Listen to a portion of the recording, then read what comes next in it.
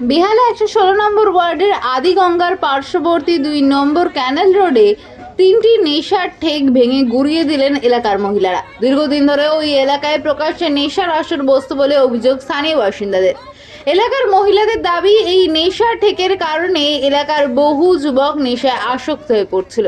শুধু তাই নয়, সামনে একটি বেসরকারি কলেজ থেকে বহু ছাত্রছাত্রীও সেখানে এসে নেশা করত বলে অভিযোগ ওঠে।